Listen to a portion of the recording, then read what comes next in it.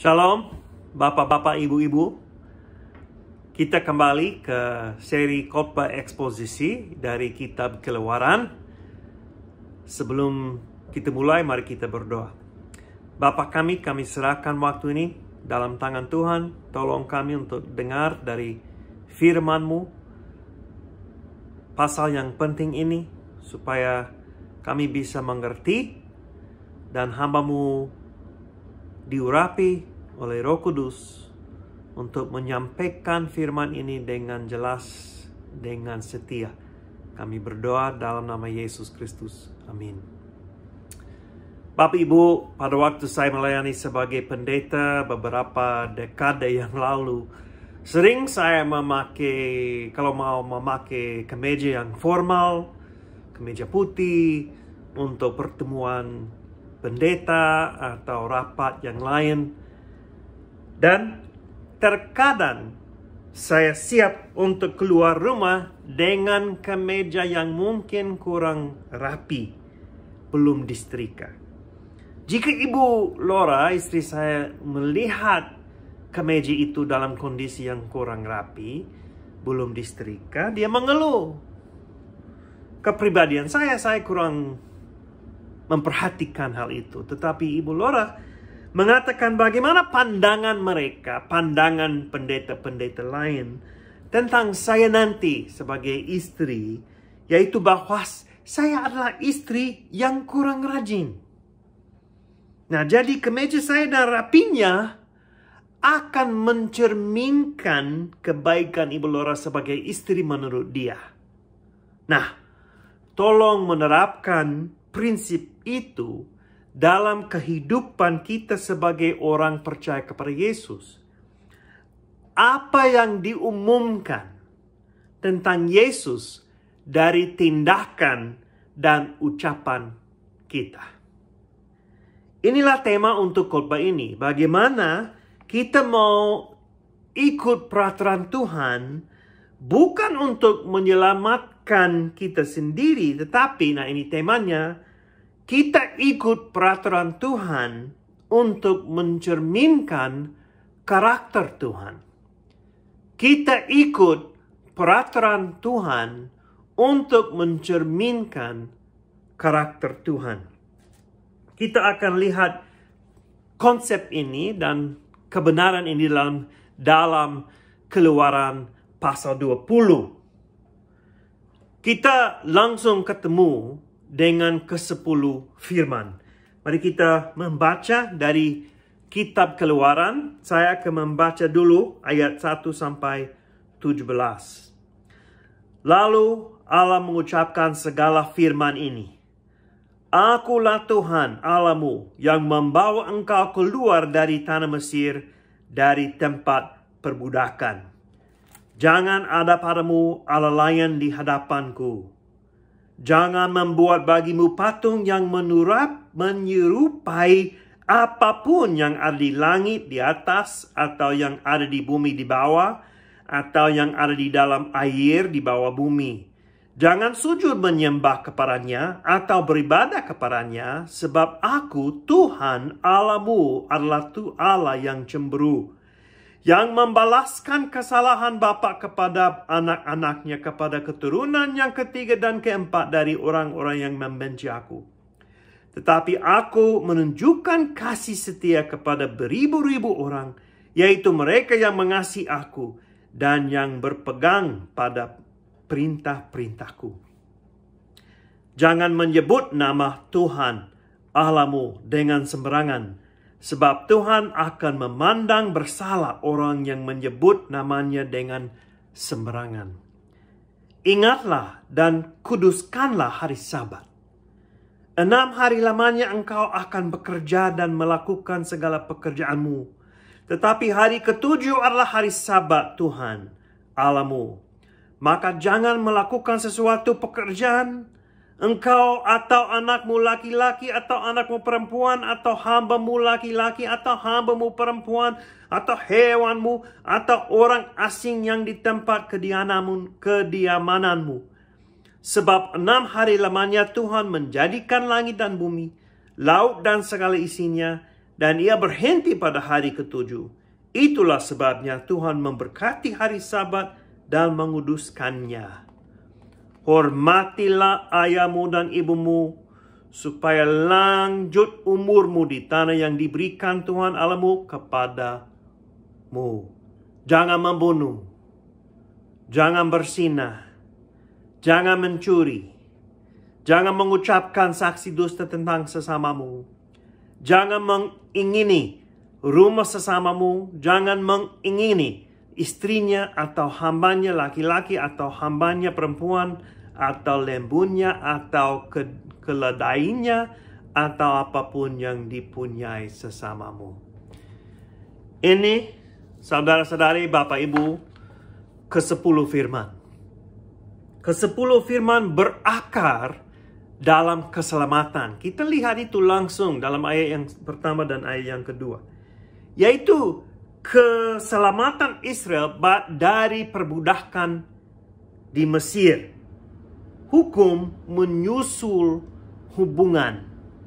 Dengan kata lain, oleh karena Allah menyelamatkan Israel dan memanggil mereka menjadi kerajaan iman dan bangsa yang kudus, lihat ke Keluaran pasal 19 ayat 6.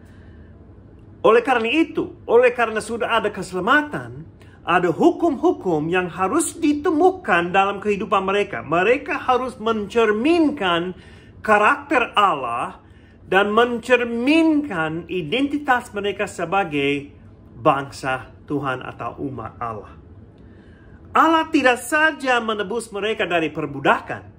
Setelah dia menebus mereka, dia juga ingin membentukkan karakter mereka yang kudus.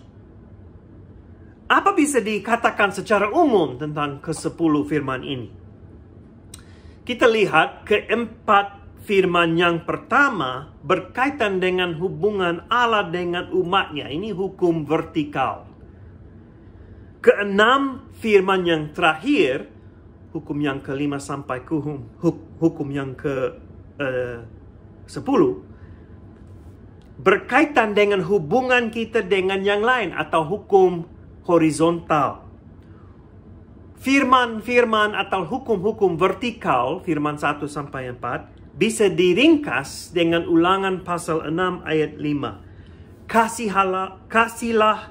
Kasihilah Tuhan Allahmu dengan segenap hatimu dan dengan segenap jiwamu dan dengan segenap kekuatanmu. Pesan itu diberikan sesudah ke-10 firman di Ulangan pasal 5.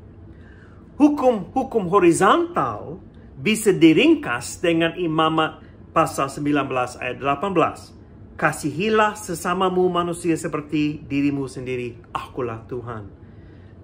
Vertikal, horizontal.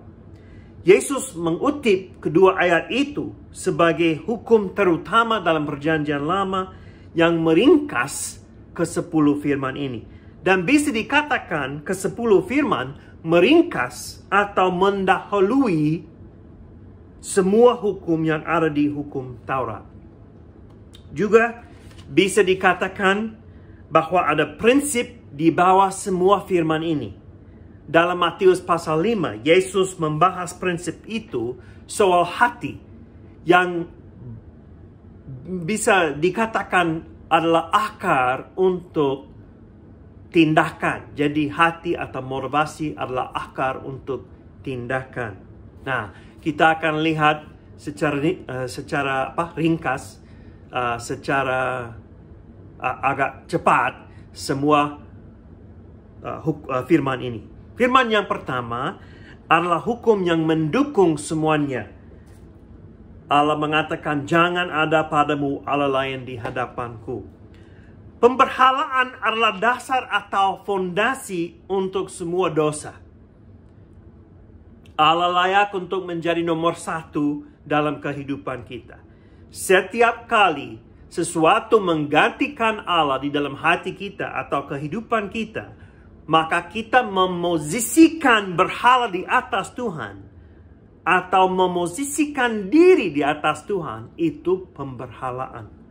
Firman ini sangat penting bagi Israel, khususnya karena mereka akan masuk tanah perjanjian, yaitu Kanaan, yang mana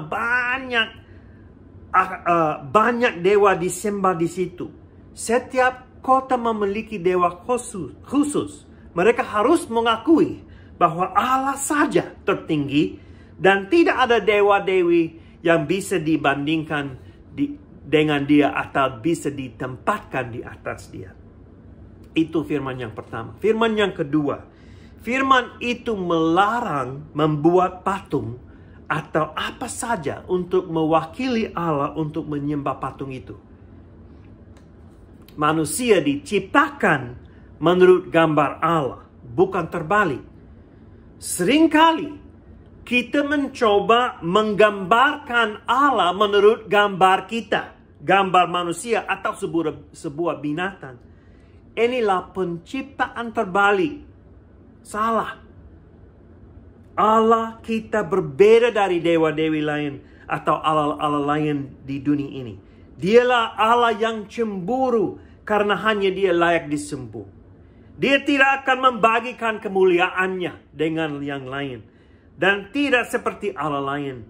Dia akan memperlihatkan kasih setianya, chesed dalam bahasa aslinya, kasih setianya kepada manusia beribu-ribu keturunan. Secara literal, bukan beribu-ribu orang, tetapi beribu-ribu keturunan. Yaitu selama-lamanya. Jika mereka mengasihi Allah. Kita memiliki cukup banyak bentuk berhala. Baik berhala perak dan emas seperti dulu, maupun berhala modern seperti HP, uang, anak-anak. Ya, kadang-kadang anak-anak bisa menjadi berhala. Jadwal bisa menjadi berhala. Posisi, kedudukan, dan lain sebagainya. Israel nanti akan melanggar firman ini di Keluaran pasal 32 pada waktu mereka membentuk sebuah anak lembu emas untuk mewakili Allah yang menyelamatkan mereka. Jadi itu yang kedua. Sekali lagi, ini vertikal. Firman yang ketiga, jangan menyebut nama Tuhan Allahmu dengan sembarangan. Menyebut nama Tuhan atau Yahweh dengan sembarangan berarti menajiskan nama Allah dengan janji yang palsu atau memakai nama Allah sebagai sesuatu yang najis seperti jimat. Imamat 19 ayat 12 mengatakan, janganlah kamu bersumpah dusta demi namaku, supaya engkau jangan melanggar kekudusan nama Allahmu. Nama Allah itu kudus. Nama-nama berkaitan, biasanya di dalam perjanjian lama, nama-nama berkaitan dengan karakter orang. Atau karakter Tuhan. Nama Allah yang ada dan yang sudah ada dan yang akan datang berkaitan dengan karakternya sebagai Allah yang kekal dan kudus. Jika kita memakai nama Allah dengan sembarangan, berarti kita mencemarkan namanya atau membiasakan namanya. Nama Allah yang kudus dan karakter Allah yang kudus harus ditinggikan dan dimuliakan. Dia sangat berbeda dari Allah lain. Jadi hati-hati. Kita tidak mau di dalam hati atau dengan mulut membiasakan nama Allah atau memikir bahwa dia sama seperti dewa-dewi lain. Firman yang keempat berkaitan dengan prinsip istirahat atau hari Sabat. Ingatlah dan kuduslah hari Sabat. Dengan penjelasan yang agak panjang di sini. Prinsip ini dibuat oleh Allah dalam penciptaan. Allah berhenti kerjanya pada hari yang ketujuh. Jadi ini menjadi pola bagi kita. Hari apa saja yang dipisahkan adalah hari yang kudus. Baik hari Sabat atau hari Minggu, hari Senin, Selasa. Berarti hari yang dibedakan dari hari yang lain, yang mana kita boleh berfokus kepada Allah dan tubuh dan pikiran dan jiwa kita boleh dipulihkan. Mengingat hari Sabat berarti percaya kepada kedaulatan Allah. Kita bukan bos. Setuju? Kita bukan bos. Allah adalah bos kita. Dan saya percaya bahwa saya akan menyelesaikan tugas-tugas saya dalam 6 hari, bukan 7 hari. Itu penting kita ingat dan percaya kepada Tuhan untuk memisahkan 1 hari untuk istirahat. Nah, itu firman 1 sampai firman yang keempat berkaitan dengan hukum vertikal, hubungan kita dengan Allah. Yang kelima sampai yang ke-10 berkaitan dengan hukum-hukum dengan sesama. Ayat yang ke-12, ini firman yang kelima, hormatilah ayahmu dan ibumu. Apa artinya itu? Hormatilah ayahmu dan ibumu. Menaati mereka. Melindungi mereka. Bisa lihat nanti diskusi Yesus dengan orang Farisi di Markus pasal 7. Mereka sangat pintar bagaimana mereka tidak wajib melindungi orang tua. Tetapi mereka melanggar menurut Yesus hukum ini. Juga berarti hidup sesuai hikmat mereka. Hidup sesuai hikmat orang tua. Kita bisa membaca itu dalam Amsal. Inilah hukum atau firman dengan janji. Seperti Paulus mengingatkan jemaat Efesus dalam Efesus pasal 6 ayat 2. Ketertiban dalam sebuah masyarakat berdasarkan hormat yang diberikan kepada ayah dan ibu. Jika seorang anak menghormati ayahnya dan ibunya, maka dia akan dibesarkan menjadi orang yang menghormati otoritas lain dalam masyarakat. Masalah sekarang yang saya lihat di Amerika Serikat, banyak anak-anak tidak menghormati ayah dan ibu, itu diterapkan dalam masyarakat. Mereka tidak lagi menghormati polisi, mereka tidak lagi menghormati hakim, mereka tidak lagi menghormati guru dan lain sebagainya. Jadi ini salah satu prinsip yang bisa membuat masyarakat lebih tertib. Satu prinsip yang boleh diramalkan dari firman ini adalah orang muda menghormati orang yang lebih tua. Imamat pasal 19 ayat 32, engkau harus bangun berdiri di hadapan orang ubanan dan engkau harus menaruh hormat kepada orang yang tua. Juga bisa lihat 1 Petrus pasal 5. Firman yang ke-6 sampai yang ke-10 agak singkat. Kita bisa sebenarnya, saudara-saudara Bapak Ibu, saudara mungkin mau berkhotbah dari satu firman aja.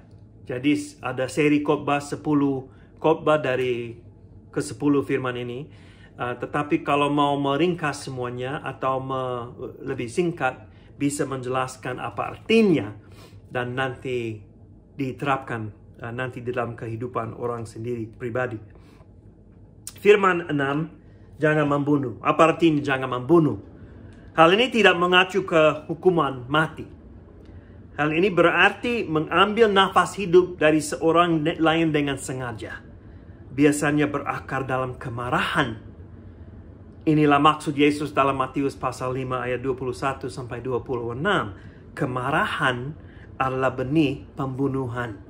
Jadi Yesus mengatakan jangan marah. Ya pasti jangan membunuh, tetapi jangan marah. Ini prinsipnya di bawah hukum ini. Firman ini. Firman yang ke-7. Jangan berzina. Berzina juga dijelaskan oleh Yesus sebagai soal hati. Jika ada seorang laki-laki yang memandang istri orang lain dengan hawa nafsu untuk mengingini dia, yang dengan hawa nafsu yang tidak baik, sama dengan berzina. Itu melanggar perjanjian nikah. Firman yang ke-8, jangan mencuri. Bagaimana kita mencuri? Kita mengambil sesuatu yang hak milik orang lain. Prinsip di sini adalah menghormati harta benda orang lain dan hak orang lain. Kita harus menghormati hak orang lain atau harta benda orang lain itu. Jika seorang Israel mencuri dari seorang Israel, sepertinya mereka mencuri warisan yang diberikan Allah kepada mereka. Jadi bukan dosa fisik aja, itu dosa spiritual, dosa rohani. Firman yang kelima, jangan mengucapkan saksi dusta tentang sesamamu. Yesus mengatakan dalam Matius pasal 5, jika ya, mengatakan ya. Jika tidak, mengatakan tidak. Kita harus menjadi orang berintegritas.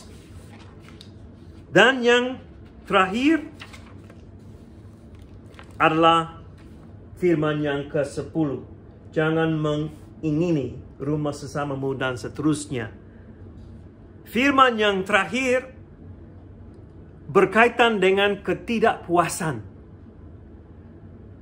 Ketidakpuasaan adalah akar untuk firman ini serta ketidakpercayaan kepada Tuhan. Jika kita mengingini harta benda orang lain sama seperti tidak puas dengan apa yang diberikan kita oleh Tuhan, baik harta benda, baik kedudukan, kepemimpinan, maupun sukses, dan lain sebagainya. Sebaliknya, kita harus bersukacita dengan orang yang bersukacita. Kita bersukacita jika ada teman yang naik jabatan atau bisa membeli tanah atau membeli harta benda baru. Kita bersukacita. Ini akan menolong hati kita menghindari untuk mengingini. Obat untuk mengingini bisa ditemukan dalam Filipi pasal 4 ayat 11 sampai 12. Saya akan membaca Filipi pasal, ini obatnya ya, untuk mengingini. Susah untuk diucapkan oleh saya itu, kata itu. Filipi pasal 4 ayat 11 dan 12. Kukatakan ini bukanlah karena kekurangan, sebab aku telah belajar mencukupkan diri dalam segala keadaan. Aku tahu apa itu kekurangan dan aku tahu apa itu kelimpahan.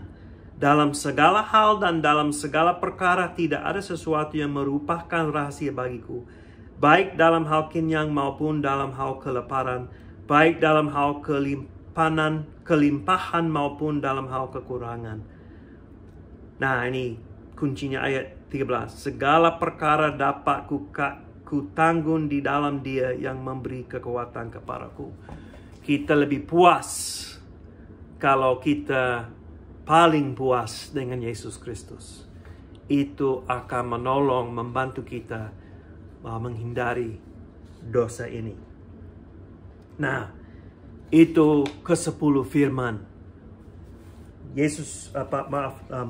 Tuhan Allah lanjut kepada Musa menjelaskan dalam ayat 18 dan sampai 21, seluruh bangsa ini itu menyaksikan guru mengguntur, kilat sabung menyabung, sangkakala berbunyi dan gunung berasap seperti yang terjadi di pasal 19. Dan gemetar, maka bangsa itu takut dan gemetar dan mereka berdiri jauh-jauh. Mereka berkata kepada Musa, engkaulah berbicara dengan kami, maka kami akan mendengarkan. Tetapi janganlah Allah berbicara dengan kami, nanti kami mati. Tetapi Musa berkata kepada bangsa itu, janganlah takut, sebab Allah telah datang dengan maksud untuk mencoba kamu dan dengan maksud supaya takut akan Dia ada padamu, agar kamu jangan berbuat dosa. Adapun bangsa itu berdiri jauh-jauh, tetapi Musa pergi mendekati embun yang kelam di mana Allah ada. Orang Israel sangat takut setelah mereka menyaksikan guru, kilat dan asap. Mereka gemetar. Mereka minta Musa untuk mewakili mereka kepada Tuhan. Tetapi Musa mengatakan, janganlah takut. Allah telah datang dengan maksud untuk mencoba kamu dan dengan maksud supaya takut akan Dia ada padamu. Ini menarik ya. Janganlah takut, tetapi takut. Janganlah takut, tetapi takut. Mereka harus takut akan Allah dan tidak takut terhadap dosa. Kita menghormati dan takut akan Tuhan, tetapi juga percaya kepadanya karena kita tahu bahwa Allah adalah Allah yang baik dan kudus. Dan Dia menerima kita sebagai anak-anaknya oleh karena darah Yesus Kristus. Jadi kita takut, menghormati Tuhan. Nah, oleh karena itu, kita tidak harus takut dihakimi oleh Tuhan. Karena Yesus Kristus sudah menyelamatkan kita. Bagian yang terakhir adalah peraturan mengenai kebaktian. Lalu berfirman, ayat 22, lalu berfirmanlah Tuhan kepada Musa, beginilah kau katakan kepada orang Israel, kamu sendiri telah menyaksikan bahwa aku berbicara dengan kamu dari langit. Janganlah kamu membuat di sampingku alat perak, juga alat emas, janganlah kamu buat bagimu. Kau buatlah bagiku mesbah dari tanah, dan persembahkanlah di atasnya korban bakaranmu dan korban keselamatanmu, kambing dombamu dan lembu sapimu.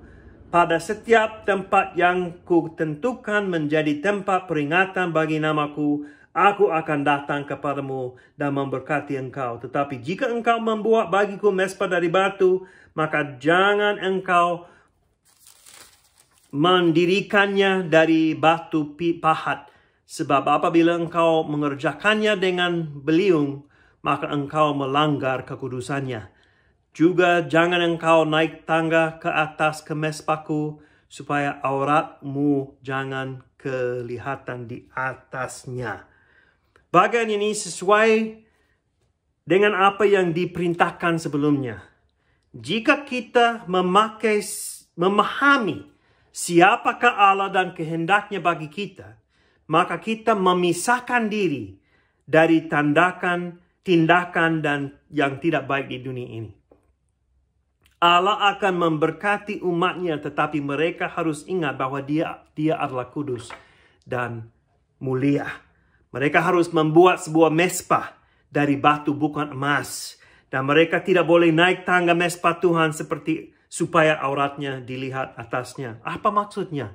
Mereka harus hidup dan beribadah dengan metode yang akan memisahkan atau membedakan mereka dari agama orang Kanaan. Mungkin ada hal-hal seksual atau sesuatu yang kurang ajar berkaitan dengan tangga atau batu pahat. Kurang tahu. Tetapi ada kemungkinan itu berkaitan dengan agama kafir yang ada di Kanaan. Umat Tuhan harus hidup secara berbeda, secara kudus. Kenapa? Untuk mencerminkan kekudusan kepada orang lain. Jadi, Bapak, Ibu, Saudara-saudari, bagaimana kita bisa menerapkan prinsip-prinsip ini atau kebenaran yang ada di dalam ke-10 firman? Hukum-hukum ini dan hukum lain dalam hukum Taurat tidak diberikan supaya kita menjadi warga negara yang baik atau supaya ada masyarakat yang bisa menjadi lebih stabil. Melainkan hukum-hukum ini diberikan supaya Israel dan masa kini jemaat Yesus bisa mencerminkan terang Yesus, yaitu karakter Allah, dan bagi umatnya boleh hidup di dalam dunia ini. Yesus menguatkan, mungkin bisa dikatakan memperseriuskan hukum-hukum itu. Itu adalah soal hati. Apakah hati kita sudah dimiliki oleh Tuhan? Apakah hati kita sudah diselamatkan? Apakah kita sudah diselamatkan? Kalau begitu, mari kita hidup sesuai dengan kekudusan Allah. Hidup sesuai dengan identitas baru kita sebagai anak-anak Allah. Bagaimana kehidupan ini bisa mencerminkan kemuliaan Allah dalam kegelapan itu? Itu pertanyaan yang penting. Jadi mari kita berkomitmen untuk membahas, belajar, merenungkan kebenaran ini dan hukum-hukum firman-firman ini, supaya kita bisa menggali apa prinsipnya yang bisa diterapkan dalam hati kita sebagai orang percaya kepada Yesus, supaya saya bisa mencerminkan Yesus kepada orang lain. Itu yang penting, saudara-saudari. Dan prinsip-prinsip ini akan menjadi akar firman-firman yang akan menolong, membantu, menguatkan kita dengan kekuasaan Roh Kudus untuk mencerminkan kekudusan Yesus Kristus kepada orang lain. Mari kita berdoa. Bapa kami sangat bersyukur karena Tuhan baik dan sangat baik. Dan Tuhan menjadi juru selamat bagi kami dan memanggil kami untuk hidup sesuai dengan keselamatan itu, panggilan itu, sesuai dengan identitas itu. Tolong kami ikut prinsip yang ada di dalam firman-firman ini, supaya dunia ini dan kegelapan ini bisa melihat terang Yesus yang ada di dalam hati kami. Kami berdoa dalam nama Yesus Kristus. Amin. Shalom.